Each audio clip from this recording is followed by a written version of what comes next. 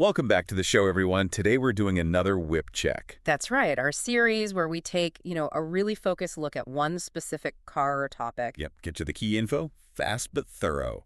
And today, we're tackling a big one. The new 2025 Dodge Charger Daytona EV. Oh, yeah. Definitely making waves. An electric charger. It's quite the shift from the HEMI days, isn't it? It absolutely is. Lots of buzz, maybe some controversy too. People have strong feelings about muscle cars going electric. Understandably so. It's an icon changing its core identity, in a way. Exactly. So our mission today, for you listening, is to cut through the noise. We've gone through the first reviews, the initial drives. And we're going to pull out the the must-know details. What makes this thing tick? How does it look? How does it perform? What's the reaction been like? That's what this whip check is all about. Okay, let's get right into it. First impressions, the design. What are people saying? Well, it certainly got people talking. Yeah. The styling. It's interesting. One reviewer actually saw a strong connection to the 68 Charger. Wow, the 68. That's iconic. Yeah, they felt it was a pretty good modernization. But not everyone's convinced. Retro styling, it can be hit or miss. True. It's a fun line to walk. Any specific design bits causing a stir? The badges, for sure. Gone is the usual Dodge script. Now you've got this illuminated Fratzog logo. Fratzog, okay. So Interesting. it's apparently an old Dodge logo they dug up. It's on the front, the back, even the wheel caps. And then there's Fratsonic for the sound system. Fratsonic, is that old too? Nope, that one's completely new.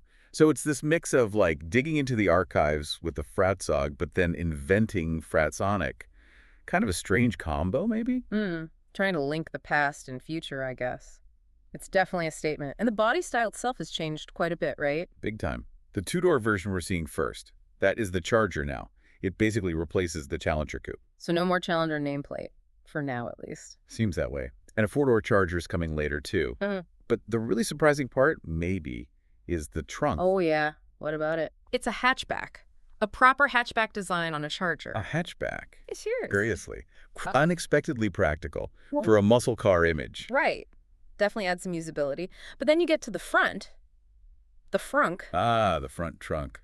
Decent size. Apparently not. Reviews are saying it's comically small, and the way you open it is a bit weird, too. How so? There's a button inside, but also a fabric strap down by the driver's feet you have to pull. Seems a bit fiddly. Huh.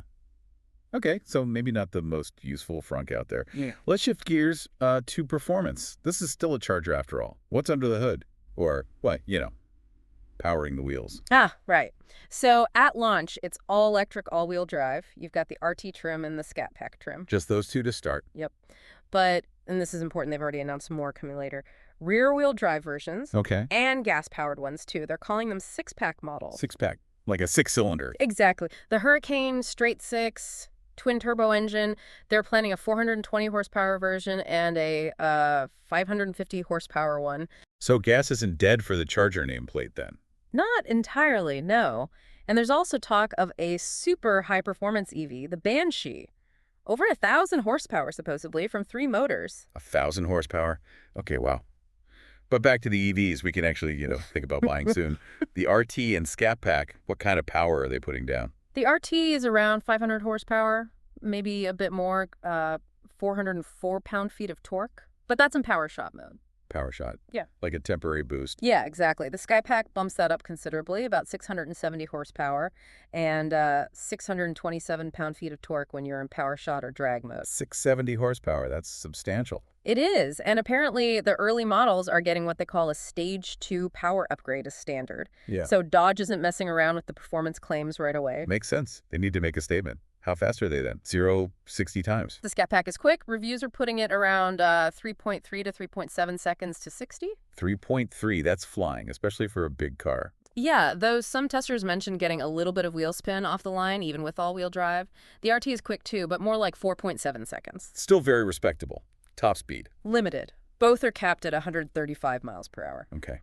And the EV essentials, battery, range, charging, what are we looking at? Big battery, 100.5 kilowatt hours total capacity, with about 94 usable. That's pretty large. What does that translate to in range? Estimates are around 308 miles for the RT Okay. and about 241 miles for the Scat Pack. Quite a drop for the Scat Pack. Makes sense with the extra power, I suppose. Yeah, you push it harder, you use more juice, plus different drive modes probably impact that too. And charging. How quick can it replenish that big battery? It's using a 400-volt system, not the newer 800-volt some EVs have. Max charge rate is estimated around 200 kilowatts. So 10 to 80% charge time. Roughly 24 minutes on a powerful enough DC fast charger. At home, on a level 2 charger, with its 11 kilowatt onboard charger, you're looking at maybe 9 hours for a full charge. Decent. Maybe not class leading, but workable. Mm. Now, something that keeps coming up is the weight. This thing is heavy, right? Oh yeah, seriously heavy. We're talking like 5,700 to 5,900 pounds. Wow. That's a lot more than the old gas Chargers and Challengers, even the Hellcats. Easily 1,500 pounds more in some cases. It's Yeah. also longer and wider than the cars it replaces. That battery pack adds a huge amount of mass. That must impact the driving feel. But before we get to that, we have to talk about the sound. The Fretsonic chambered exhaust. Yes, probably the single most controversial feature. So it's basically fake engine noise, Yeah. right? But loud. Extremely loud. They claim it can hit 126 decibels, supposedly matching the old V8s.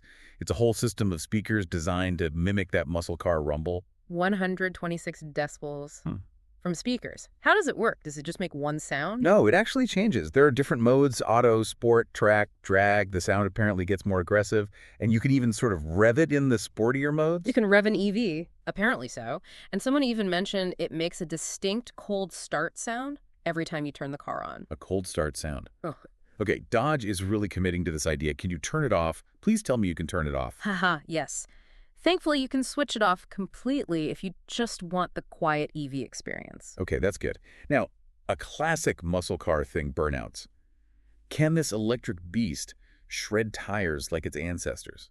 Not really, seems to be the verdict. It does have a drift mode, which is interesting. It can apparently disable the front motor temporarily. So rear-wheel drive on demand? Sort of, yeah. But even then, it's just too heavy, almost 3 tons. It doesn't have the power-to-weight ratio at the rear wheels to do a proper, smoky, standing burnout like the old V8s could.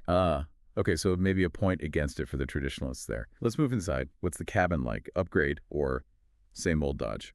Definitely an upgrade. That seems to be a pretty universal opinion in the reviews. Much better materials, much more modern design than the, let's be honest, quite dated Challenger interior. That's good to hear. Any specific highlights inside? The steering wheel looks cool, got paddles for regen braking, which is nice, plus buttons for drive modes and that PowerShot boost. And screens. Lots of screens, I assume. Oh yeah, big ones.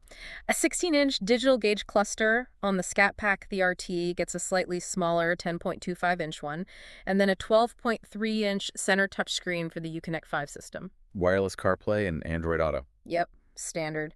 Though a few reviewers mentioned the system could feel a bit laggy sometimes. Common complaint with some infotainment systems. Did they keep any physical buttons? Or is it all touch? Good news there. Physical knobs for volume and tuning. Always appreciated. Here. Climate controls are mostly touch, though, but they do have this attitude adjustment ambient lighting thing with 64 colors. Attitude adjustment. Okay, sounds very Dodge. Doesn't it? And you still get the Performance Pages app on the screen, showing all sorts of data, plus access to launch control and drift mode. There's even a dedicated launch control button. So they're leaning into the tech and performance feel inside, too. What about practicality? Rear seats? Cargo? Rear legroom is apparently better than the old Challenger coupe, but maybe a tiny bit less than the old Charger sedan. You can get heated rear seats, USB-C ports back there too. And the front seats? Hang on. Comfortable. Yeah, described as comfy and supportive, options for leather, Alcantara, power adjustment, heating, ventilation, the usual stuff. Any quirks with the interior? Well, the coupe has really big doors, which can be awkward in tight parking spots. Electronic door releases, too, with a manual backup. And some people found the seatbelt a bit hard to reach in the 2-door. Okay. And cargo space with that hatchback design. That's a real win. It's got a lot more space than you'd expect. 22.5 cubic feet behind the rear seats and over 38 cubic feet if you fold them down. That's pretty practical. Much more than the old cars, for sure. Okay, so improved interior, surprising practicality. How does it actually drive with all that weight? Surprisingly well, according to most reviews. People noted it felt quite agile for its size, with quick steering. Agile. At nearly 6,000 pounds. Yeah, seems the engineers did a good job managing the mass. And the ride quality is generally reported as comfortable, too. So, potentially a decent daily driver. Okay, but here comes the big question mark, right? The price. Uh-huh. Yeah, this is where things get tricky. How much are we talking? The RT starts around $60,000.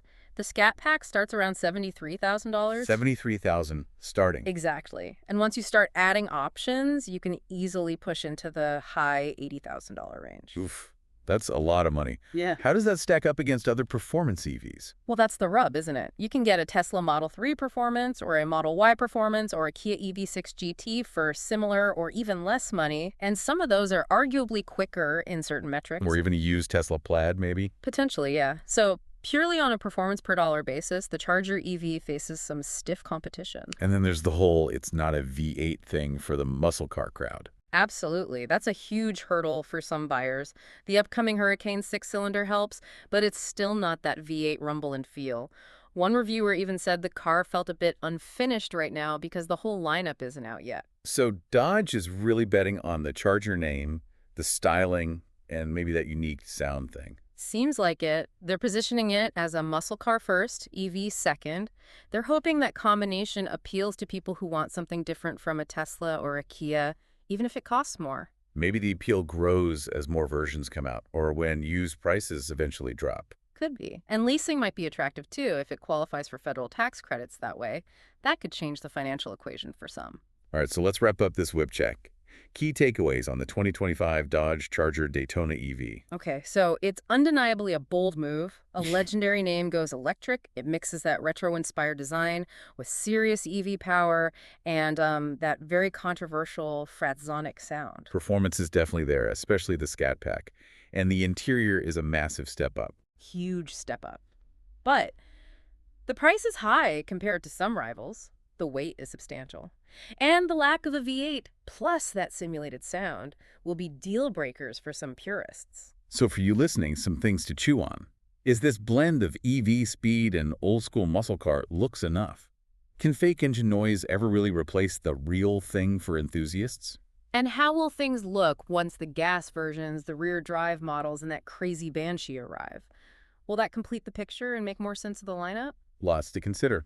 It's definitely a car that makes you think. We'd say if you're intrigued, definitely dig into some more reviews. Maybe wait to see the whole range unfold. For sure. Form your own opinion on this really significant shift in the American muscle car landscape. Absolutely. And that wraps up this whip check. Thanks for tuning in. Join us next time when we'll be diving into